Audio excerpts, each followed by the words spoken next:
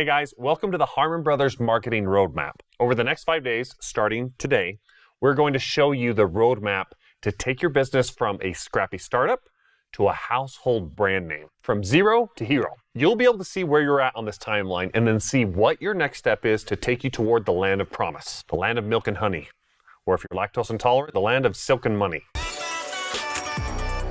Here's the kicker, guys. This is a course that self-destructs.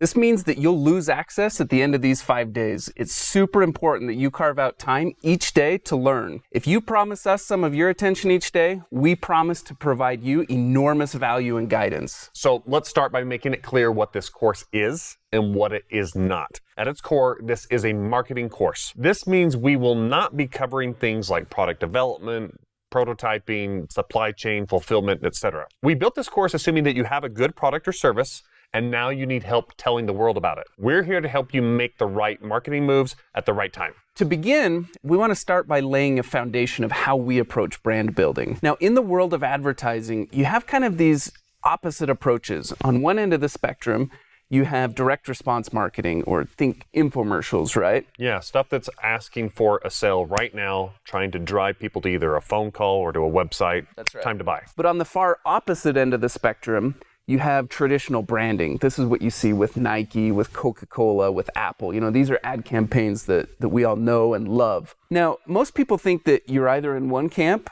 or you're in the other. Rarely do these worlds mix. But we don't see it that way. Instead, we like to think of it as, hey, a new, young startup needs sales immediately, right? They need to take a marketing approach that's going to generate those sales so that they can keep the lights on. They need to stay in business, right? Yeah. But over time, they need to shift their focus. They need to build a brand that people know and love and trust and eventually remember, right? Yeah, at that point, they're focusing much more on storytelling and trying to resonate with people emotionally. It's a lot of incorporating of humor, of different characters and things like that. We'll talk more about that later. So a lot of times, companies make the mistake of trying to jump from one end of the spectrum to the other. So think about Pets.com, for instance. They're the poster child of the .com bust, right? Young startup, raised a whole bunch of money, and next thing they do, they go and put an ad in the Super Bowl. Costs millions of dollars. They're trying to compete directly with Apple and Coca-Cola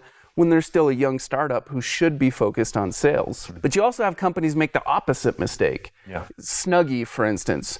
They build a great infomercial, sell a ton of product, but they never graduate from that. Yeah, they never transition their way over to more branding, to where they're always just trying to do kind of that straightforward and honestly somewhat kind of tacky form of infomercial. They got the sales out of the gate, but they didn't create a long-lasting brand that people know and love and trust over time. And so either way is a mistake, but we see it differently. You don't have to make the jump from one side to the other.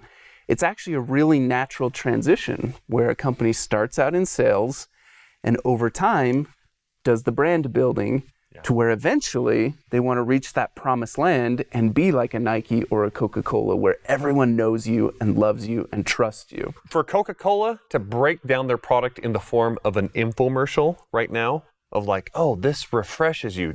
Do you get thirsty? Well, try a Coke. Like it just doesn't make any sense for them to be playing back on this side of the spectrum where now everyone's familiar with what that product does, with what problem it solves, so to speak. Mm-hmm. And so now it's just time to connect with people emotionally and be able to relate with their own lives. Sometimes people want to criticize branded campaigns. They say things like, oh, it's so fluffy, or it's not trackable, or what a waste of money. But come on, guys, let's be honest. Like, are we really going to criticize Nike and Apple and tell them that they don't know what they're doing?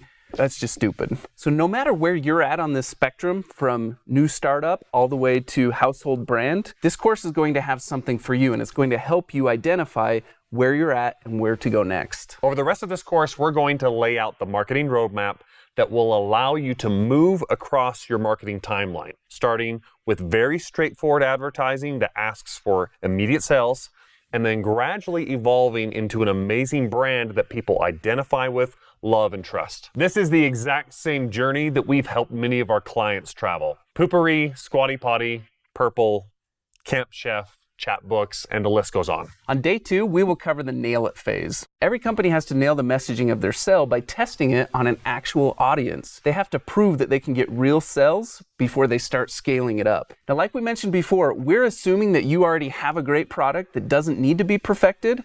So this stage is all about focusing on nailing the messaging around your product. We'll guide you through the steps to help you get it right. And remember, this is a foundational step that you just can't skip. Everything else in your company's future is based on whether or not you can complete this step. The graveyard of failed businesses is littered with companies who tried to skip this step. Remember Pets.com?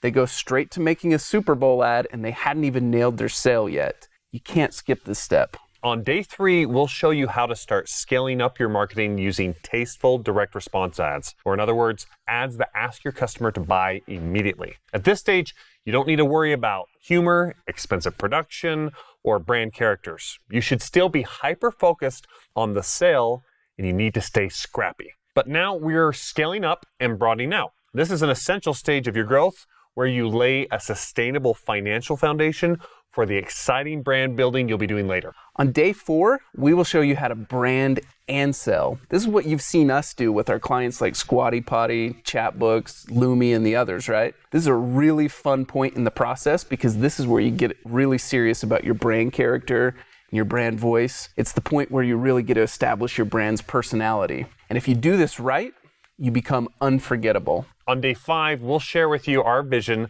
of how we believe you can compete with the mega brands and beat them at their own game. Branded advertising, which has no strong call to action, is where the big boys play. But if you follow the roadmap, you'll have the proper foundation in place to be one of the few that succeeds. We have a new twist on this kind of marketing that we ultimately believe is the future of advertising, and we can't wait to share it with you on day 5. And make sure to watch your inbox for video 2 coming up either tomorrow or your next business day. And we'll see you on the next one. If you haven't already done so, click on the link down below to check that out. You won't be disappointed.